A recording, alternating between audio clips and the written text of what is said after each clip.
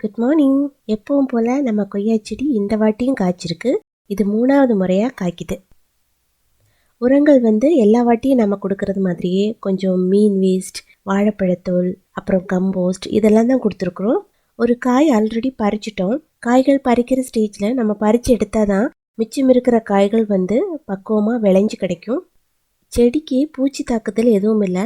ஆனால் காய்கள் வந்த பிறகு அதோடைய நெட்டு பகுதியில் பூச்சி தாக்குதல் இருந்தது, மாவு பூச்சி.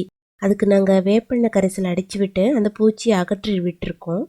இந்த வாட்டி 12 காய்கள் வரைக்கும் காய்ச்சிருக்கு. ஒரு காய் ஆல்ரெடி பறிச்சிட்டோம். மற்ற காய்கள் எல்லாம் பறிக்கிற ஸ்டேஜுக்கு இன்னும் வரல. இந்த கொய்யா செடி எங்களுக்கு கொடுக்குற நியூ இயர் கிஃப்ட் இது.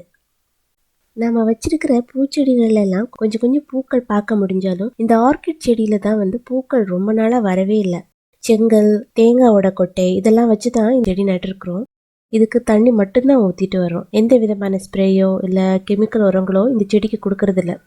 இதோ தெரிகிறது எல்லாமே ஃப்ளவர் பட் மாதிரி தான் இருக்குது. ஒரே ஒரு பூங்கொத்து மொட்டுகளோடு நிற்கிது. இன்றைக்கி பார்க்கும்போது அடுத்தடுத்த ஃப்ளவர் பட்ஸ் மாதிரியான பட் பார்க்க முடியுது. பார்க்கலாம் இது பூக்குமான்னு. நம்ம மாடி தோட்டத்தில் இருந்த மஞ்சள் எல்லாத்தையுமே அறுவடை செஞ்சு எடுத்துட்டோம். டிசம்பர் மாதத்தில் 2 தொட்டி மட்டும் விட்டு வச்சுருந்தோம், ஏதாவது மெடிசினல் பர்பஸுக்காக உதவும் அப்படின்ட்டு.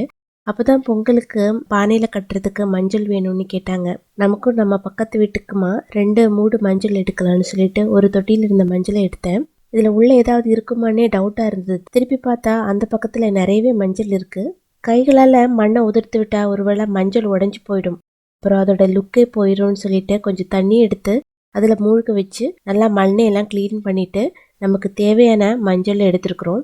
3 மஞ்சள் கொத்தா கிடச்சிருக்குது. பானையில் கட்டுறதுக்கு இதுவே போதும்.